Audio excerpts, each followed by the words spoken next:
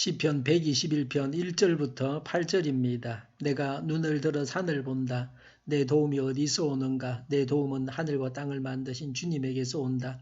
주님께서는 내가 헛발을 디디지 않게 지켜주신다. 너를 지키시느라 졸지도 않으신다. 이스라엘을 지키시는 분은 졸지도 않으시고 주무시지도 않으신다. 주님은 너를 지키시는 분, 주님은 내 오른쪽에 서서 너를 보호하는 그늘이 되어 주시니 낮에 햇빛도 너를 해치지 못하며 밤에 달빛도 너를 해치지 못할 것이다. 주님께서 너를 모든 재난에서 지켜주시며 내 생명을 지켜주실 것이다. 주님께서는 내가 나갈 때나 들어올 때나 이제부터 영원까지 지켜주실 것이다. 아멘. 나를 지키시는 하나님이십니다. 1절과 2절에 도움은 어디서 온다고 했습니까? 1절에 내가 눈을 들어 산을 본다고 했습니다. 산은 성전입니다. 하나님 자신입니다. 2절에 도움은 창조주 하나님으로부터 온다고 했습니다. 나를 도와주실 분은 하나님이십니다. 이 사실을 깊이 묵상하고 간직합시다. 그리고 확실하게 믿어야 합니다. 내가 도움을 받기 위해 의지하는 것은 무엇입니까? 강한 힘을 가지고 있는 주변 사람들입니까? 진정한 도움은 하나님께만 있습니다. 김길창은 16세가 되면서 공부를 해야겠다는 열정에 사로잡혔습니다. 그 당시 했던 공부는 서당에서 배운 한문 공부가 전부였습니다. 그러나 가정 형편상 도저히 불가능한 일이었습니다. 부친의 한약업으로는 겨우 생계를 유지할 뿐이어서 그 당시 막대한 돈이었던 학비는 엄두를 낼 수가 없었습니다. 공부는 해야겠고 학비는 구할 길이 없던 김길창은 하나님께 구하기로 마음을 먹었습니다. 날마다 냇가로 나가서 청운의 뜻을 이루어 달라고 하나님께 부르짖었습니다. 자나 깨나 식사 때나 길을 갈 때도 김길창의 입술은 향하게 길을 구하는 기원으로 쉬지 않았습니다. 그렇게 기도한 지 얼마 후 창원군 갈전교회의 우군서 영수가 갑자기 그를 불렀습니다. 무슨 영문인지도 모르고 간 그에게 영수는 공부할 마음이 없냐고 물었습니다. 그러자 김길창이 되물었습니다. 왜 그러십니까? 다름이 아니라 학비는 내가 될 터이니 내 아들 우현구와 이웃에는 목상현과 함께 대구에 있는 개성학교에 가서 공부하란 말이다.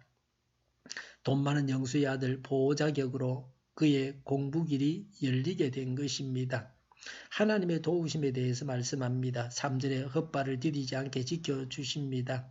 말씀이 진리로부터 벗어나지 않도록 지켜주십니다.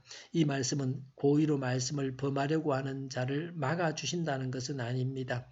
하나님 말씀을 따라 살려는 자가 실수로 말씀에서 탈선하려 할 때 지켜주십니다. 혹은 어린 신자를 하나님께서 특별히 보호하신다는 말씀입니다.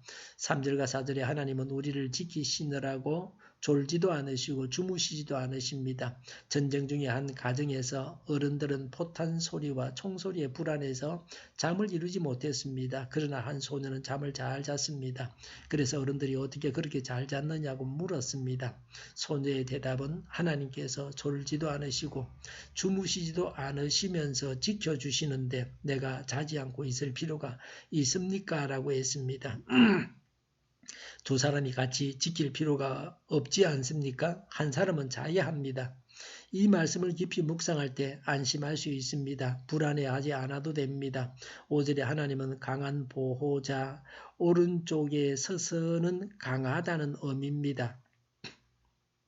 5절에 보호하는 그늘이 되어 주시니라고 했습니다. 그늘은 보호자를 의미합니다. 하나님은 강하시고 부드러운 분이십니다. 하나님은 약하고 난폭한 분이 아니십니다.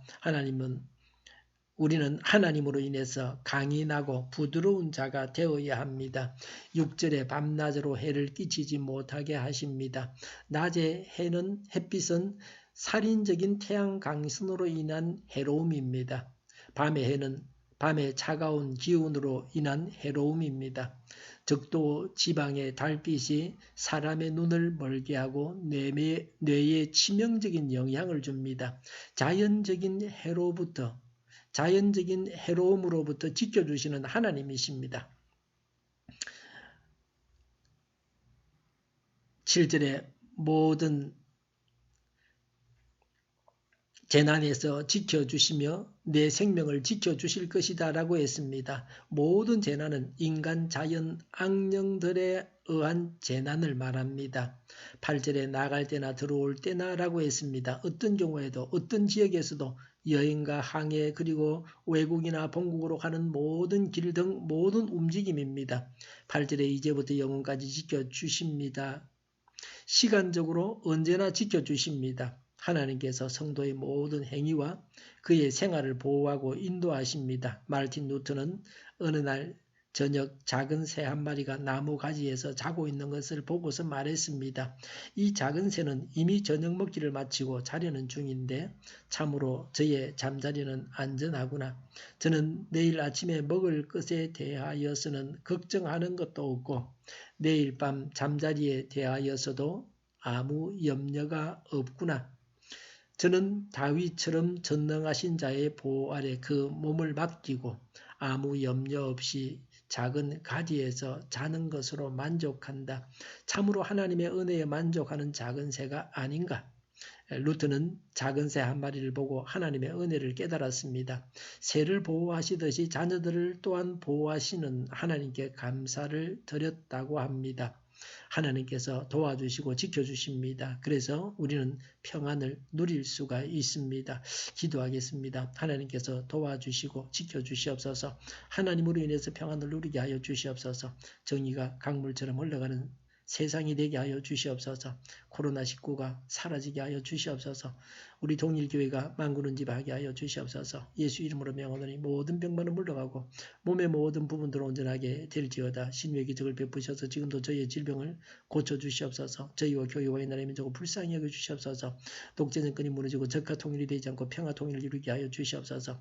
전쟁 위험이 사라지게 하시며 신앙의 자유를 늘 누리며 살게 하여 주시옵소서. 하나님을 대적하는 색들이 바로 망하게 하여 주시옵소서. 국회와 정부가 하나님이 기뻐하시는 법만을 만들게 하시며 반성경적인 모든 법과 연가 내규와 가짜 인권법이 즉시 폐기되게 하여 주시옵소서. 지도자 복을 이 나라에 허락하여 주시옵소서. 지진이 일어나지 않게 하시며 출산율이 올라가게 하여 주시옵소서. 자녀를 낳고 살만한 성적으로 건전한 나라가 되게 하여 주시옵소서. 에너지 정책, 재활용품 정책을 제대로 세워서 집행하게 하여 주시옵소서. 늘 맑은 공기를 마실 수 있게 하여 주시옵소서. 한일 갈등, 한미 갈등이 해결되게 하시며 우리 모두가 선한 것을 분별해서 알게 하여 주시옵소서. 오늘도 하나님 안에서 차고 넘치는 삶, 복된 삶을 살게 하여 주시옵소서. 감사와 찬양을 주님께 돌려드리며 예수님의 이름으로 기도하옵나이다. 아멘.